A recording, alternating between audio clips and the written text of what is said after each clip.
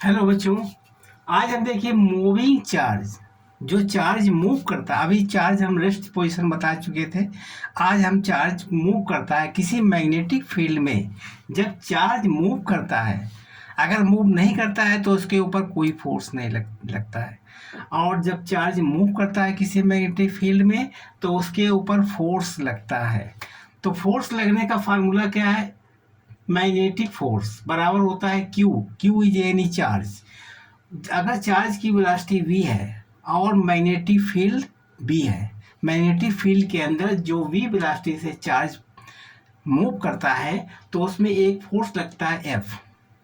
तो F बराबर होता है Q B V sine theta. Theta क्या है? Theta is angle between v and v। मतलब जो वेलोसिटी से मूव कर रहा है, और b क्या है?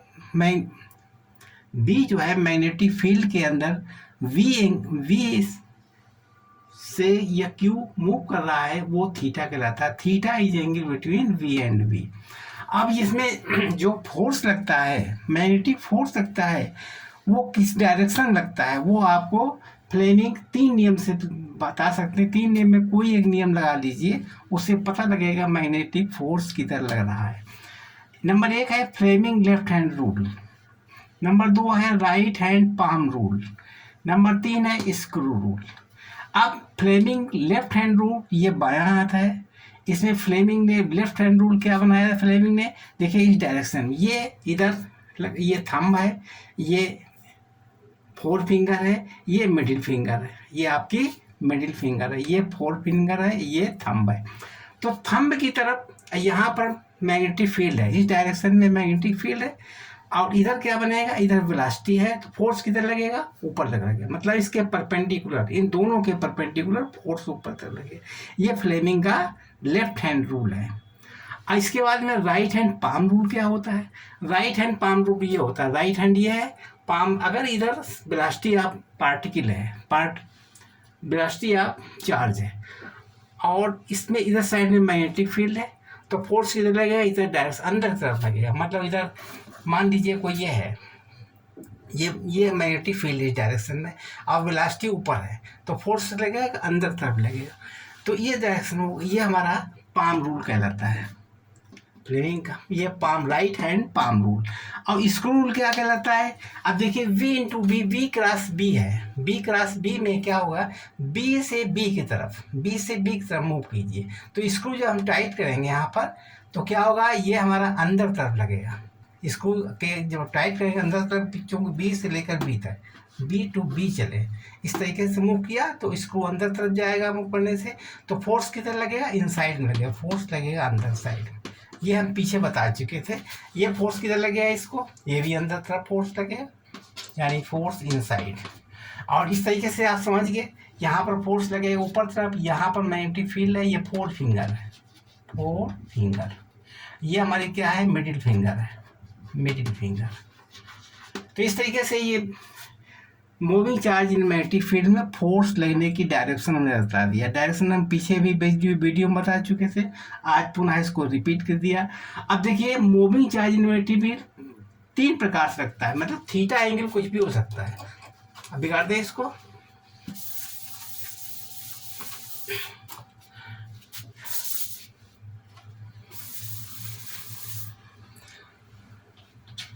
थीटा बराबर 0 डिग्री सेंटीग्रेड होते, यानी एफ बराबर Q B B sine theta. और थीटा क्या है? Angle between V and B.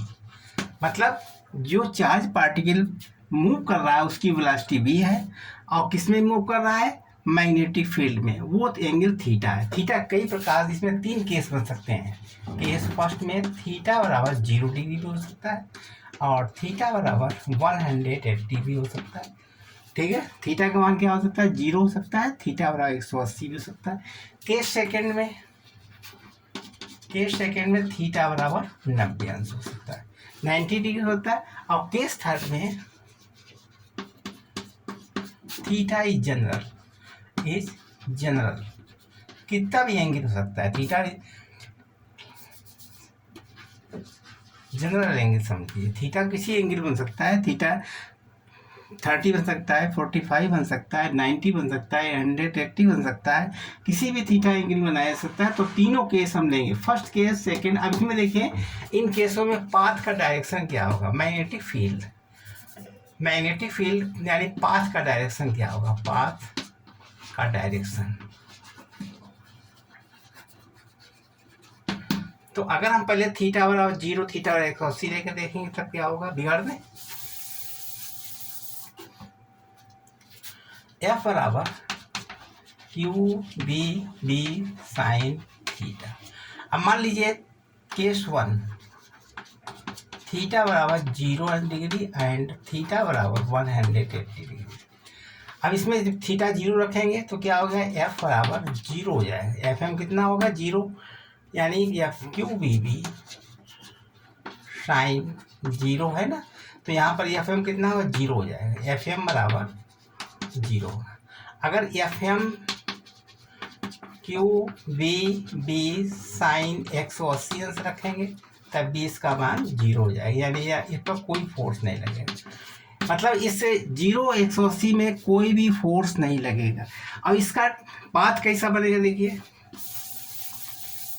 Path बनेगा, मान लीजिए मैग्नेटिक फील्ड इस डायरेक्शन में है और ये चार्ज जो है इधर साइड में चल रहा है बी इधर, तो यहाँ थीटा का मान कितना होगा, 0 डिग्री होगा। तो यह कितना होगा, एफ एम बराबर हो जाएगा 0। इसके ऊपर कोई फोर्स नहीं लगेगा। अगर बी की डायरेक्शन में ये मैग्नेटिक फील्ड का डायरेक्शन है और उसी डायरेक्शन में ये चार्ज फ्लो कर रहा है, मूविंग चार्ज फ्लो कर रहा है, चार्ज की स्पीड v है, वो फ्लो कर रहा है, डायरेक्शन सेम है, तो उसमें कोई फोर्स नहीं लगेगा। उन्हें जिस डायरेक्शन में इधर जा रहा है वो भी उधर जा रहा है, तो इसमें कोई फोर्स नहीं लगेगा। ठीक है। अगर डायरेक्शन का चेंज कर दें, यानी यहाँ पर v हो जाएगा इधर, ठीक है, तो क्या होगा, इसमें भी फोर्स नहीं लगेगा, यानी थीटा बराबर 180 अंश हो जाएगा। अभी बचा चुके थे एफ एम बराबर थीटा 0। जब कोई फोर्स नहीं लगता है किसी चार्ज में, मूविंग चार्ज में कोई फोर्स नहीं लगता है, तो वो स्ट्रेट लाइन होता है। इसका पाथ क्या हो जाएगा, straight line, straight line, straight line, ये पाथ इसका हो जाएगा स्ट्रेट लाइन। मतलब है तो ये पाथ याद करने हैं, 0 बराबर 180 और 0 180 में पाथ क्या बनेगा, स्ट्रेट लाइन पड़ेगा और इसमें कोई भी एक्सलेशन नहीं लगेगा, फोर्स नहीं लगेगा। जब फोर्स नहीं लगेगा तो ये अपने डायरेक्शन में चलते ही रहेगा।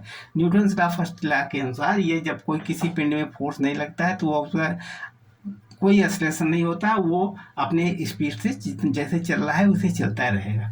तो ये स्ट्रेट लाइन चल रहेगा। अगर थीटा, अब देखिए थीटा और 90 डिग्री में क्या होता है, थीटा और 90 अंश में कैसा पाथ बनेगा, बिगाड़ते हैं।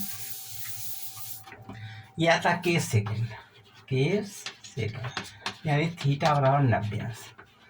थीटा और 90 अंश क्या होगा, एफ एम बराबर होता है Q B B sine theta होता है, तो एफ एम बराबर हो जाएगा क्यू बी बी साइन 90 अंश। साइन 90 का मान क्या आता है, क्यू बी बी, ये इतना बनेगा। साइन 90 मान 1 होता है ना, तो क्यू बी इतना फोर्स लगेगा इसके ऊपर। अब 90 अंश पर फोर्स कैसे लगेगा, देखिए इसका डायरेक्शन, ये मैग्नेटिक फील्ड मान लीजिए हमने अंदर तरफ बना रखी है, ये मैग्नेटिक फील्ड अंदर तरफ इनसाइड, और कोई चार्ज इधर फ्लो कर रहा है, यानी क्यू चार्ज, यानी वी वेलोसिटी से इधर जा रहा है क्यू चार्ज। ये चार्ज क्यों था, यहाँ बी वेलोसिटी से इधर फ्लो कर, तो क्या होगा, ये मैग्नेटिक फील्ड अंदर तरफ है, मैग्नेटिक फील्ड अंदर तरफ है, ये मैग्नेटिक फील्ड अंदर तरफ है। जब मैग्नेटिक फील्ड अंदर तरफ होगी तो क्या होगा, इसमें यहाँ पर एक सर्किल बन जाएगा, यहाँ पर मैग्नेटिक फील्ड ऊपर लगेगा और जरा आगे बढ़ेगा तो यहाँ पर आ गया, यहाँ पर बी, यहाँ से सर्किल बनेगा तो यहाँ पर बी वेलोसिटी से और आगे बढ़ेगा, तो यहाँ पर भी फोर्स लगेगा अंदर तरफ, ये अंदर तरफ फोर्स लगेगा और बढ़ेगा। इस तरीके से बढ़ते बढ़ते ये सर्कुलर मूव में आ जाएगा, ये सर्किल टाइप। कैसा बनेगा, सर्कुलर टाइप। देखिए यहाँ पर इधर बनाए थे, यहाँ पर ये मैग्नेटिक फील्ड है,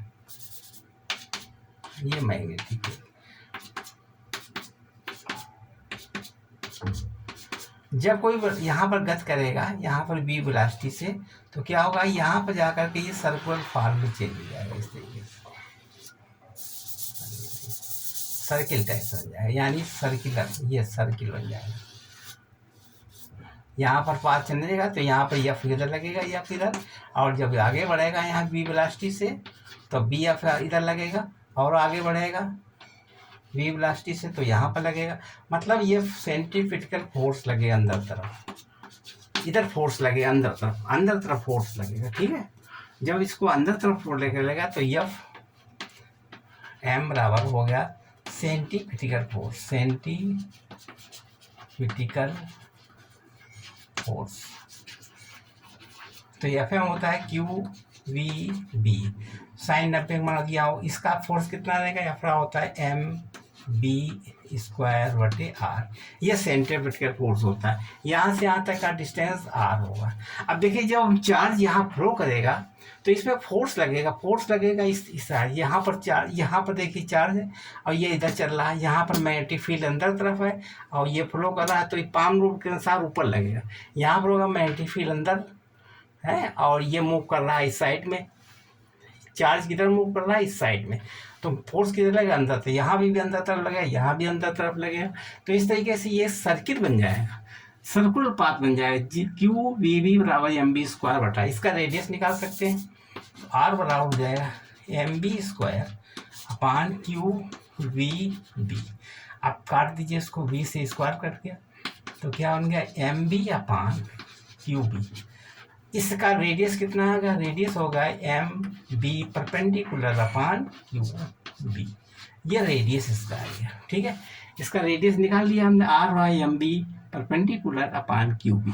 और इसका हम टाइम पीरियड भी निकाल सकते हैं। टाइम पीरियड कैसे निकलेगा, देखिए अगर टाइम पीरियड निकालने के लिए टी बराबर होता है 2 पाई आर अपान वेलोसिटी, यानी टाइम पीरियड होता है डिस्टेंस अपान वेलोसिटी, डिस्टेंस अपान वेलोसिटी, यानी टी वाला डिस्टेंस कितना हो गया 2 पाई आर। ये डिस्टेंस पूरा कवर कर एक चक्कर में कितना होगा 2 पाई आर, वेलोसिटी मतलब बी, ठीक। अब आर का मान निकाल करके हम टाइम पीरियड कर सकते हैं। टी बराबर निकाल लीजिए 2 पाई, आर क्या था निकला था, आर निकाला था हमने क्यू बी बराबर M B square upon R. तो आर बराबर निकला था M B upon Q B, R का मान रख दीजिए इसमें M B upon Q B upon velocity into velocity, B cancel हो गया। तो टाइम पीरियड क्या निकलेगा 2 pi M upon Q B, ये इसका टाइम पीरियड आ गया।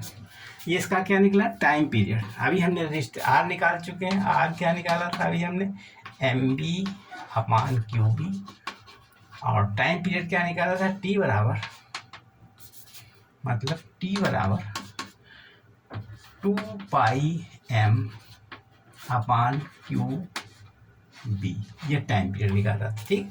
इस तरीके से हमने टाइम पीरियड और इसका रेडियस इस सर्किल का निकाल दिया, ठीक। टाइम पीरियड निकाला, सर्किल निकाला।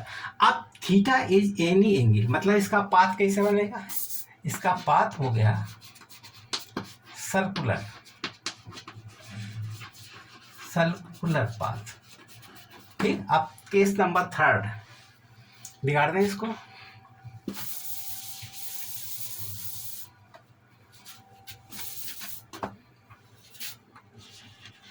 केस नंबर 3 में मान लीजिए कोई मैग्नेटिक फील्ड इस डायरेक्शन में, ये मैग्नेटिक फील्ड है, ये मैग्नेटिक फील्ड है, और एक कोई क्यूएम आवेश इस डायरेक्शन, ये हमारी इस प्रकार से थीटा एंगल पर मूव कर रहा है, ये भी मैग्नेटिक फील्ड है, समान तरीके से ये मैग्नेटिक फील्ड है। हाँ, अब यहाँ वी वेलोसिटी से इसको मूव किया थीटा एंगल पर, तो क्या होगा इसमें, वी वेलोसिटी पर जब इधर जाएगा, ये मैग्नेटिक फील्ड है, ये इसका मूव कर रहा है, इधर साइड में मूव कर रहा है, ये चार्ज मूव कर रहा है इसके थीटा एंगल पर। तो इसमें क्या होगा, इसके 2 कंपोनेंट बन जाएंगे, एक इधर हो जाएगा कंपोनेंट वी कॉस थीटा, और इसके परपेंडिकुलर इधर हो जाएगा वी साइन थीटा,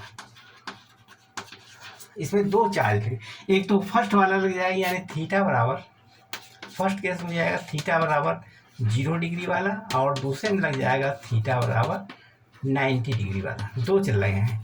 इसमें क्या होगा, ये स्ट्रेट लाइन चलेगा, straight line, straight line, straight line को कहते हैं पैरेलल लाइन, यानी v में पैरेलल चलेगा, b से पैरेलल चलेगा, क्या करेगा, पैरेलल चलेगा। v cos 0 रखेंगे, थीटा वाला इसमें 0 और इसमें क्या 90 डिग्री, ये 0 एंगल होगा, ये 90 डिग्री में क्या होगा, इसका पाथ कैसा बनेगा, इसका पाथ बनेगा सर्कुलर, सर्कुलर, यह बनेगा पैरेलल, ठीक, सर्कुलर पाथ बनेगा। ये स्ट्रेट लाइन है, स्ट्रेट लाइन, ये स्ट्रेट लाइन बनेगा, ये हमारा सर्कुलर पाथ बनेगा। अब देखिए यह स्ट्रेट लाइन में पाथ ये बन जाएगा सर्कुलर, इधर मुंह पर। अब ये तो ये जो b sin थीटा है इसका ये परपेंडिकुलर है इस डायरेक्शन में। अब देखिए सर्कुलर पाथ कैसा बनेगा, इस बनेगा, ये b sin थीटा ये परपेंडिकुलर है ना, ये b परपेंडिकुलर, ये हमारा b पैरेलल है। तो b परपेंडिकुलर क्या होगा, इसमें एक सर्किल बनेगा इस तरीके से, और ये उधर खींचेगा, कहने मतलब ये हमारा b, इसमें इधर साइड में b लग रहा, तो ये क्या होगा, सर्कुलर बनेगा, यहाँ पर सर्कुलर टाइप बनेगा, यानी v कोसाइन थीटा। तो ये गोल गोल घुमाएगा, ये क्या करेगा, गोल गोल घुमाएगा, ये इधर साइड ये स्ट्रेट लाइन ले जाएगा, ये इसको सर्किल तरीके से गोल गोल घुमाएगा, तो क्या बनेगा, पाथ इस तरीके से बन जाएगा, ये बन जाएगा। इसी को कहते हैं हेलिकल पाथ, हेलिकल पाथ, ये हेलिकल पाथ बन जाएगा। ये कैसा बन जाएगा, हेलिकल। इसमें इसका रेडियस भी निकाल सकते हैं, इसका रेडियस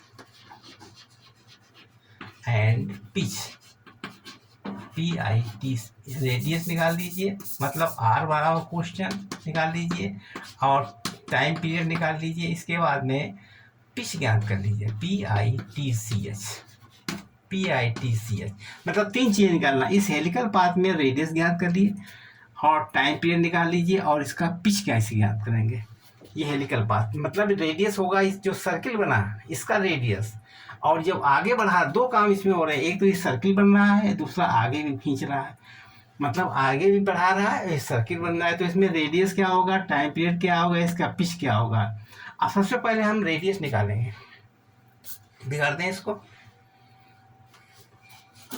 रेडियस निकालने के लिए FM, अभी रेडियस निकालने के लिए सूत्र ये लिखा हुआ, बिगाड़ दें इसको, ठीक। रेडियस निकालने के लिए MB की जगह पर V sin थीटा हो गया, V sin theta upon QB, ये रेडियस हो गया। और टाइम पीरियड निकालने के लिए टाइम होता है डिस्टेंस अपान वेलोसिटी, वेलोसिटी, डिस्टेंस कितना है इसमें, डिस्टेंस अपान वेलोसिटी, डिस्टेंस होता है 2πr अपान वेलोसिटी क्या है v, तो 2πr, r का मान कितना है, r ये लिखा है mb sine theta, mb sine theta upon qb, और v कितना है, v साइन थीटा, तो ये दोनों कैंसिल हो जाएंगे, तो टाइम पीरियड क्या निकलेगा 2πm अपान क्यूब, ये टाइम पीरियड निकलेगा, ठीक है। तो टाइम पीरियड में हमारा कोई भी मतलब नहीं, ये हमारा रेडियस आएगा, टाइम पीरियड में v का मान से कोई मतलब नहीं है, b अपना इक्वल होगा। अब इसके बाद में इसकी पिच कैसे निकालेंगे,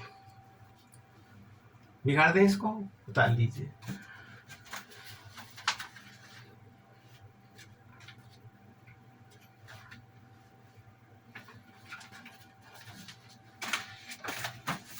पिच क्या होगा, जैसे हेलिकल पाथ है ये इस तरीके से क्या, तो ये पिच कहलाती है, ये डिस्टेंस होगा पिच, पिच क्या, पिच कैसे ज्ञात करेंगे, देखिए पिच बराबर होता है v पैरेलल इनटू टाइम, इसे पिच कहते हैं। तो v कितना है इसमें, v मान है v parallel v cos theta, और टाइम पीरियड क्या है 2π m/q, ये इसका पिच हो गया। ठीक है, अब यहीं पर हम इस वीडियो को समाप्त करते हैं। तब तक के लिए आप हमारे चैनल को सब्सक्राइब कर दीजिए। Subscribe please subscribe, like and share, और बेल आइकन को भी प्रेस कीजिए जिससे अगला वीडियो नोटिफिकेशन आपको सीखने मिल सके। Thank you. ठीक, अगला वीडियो पे बताएंगे। तब तक के लिए इसको देखते रहिए, पढ़ते रहिए और तैयारी करते रहिए। धन्यवाद।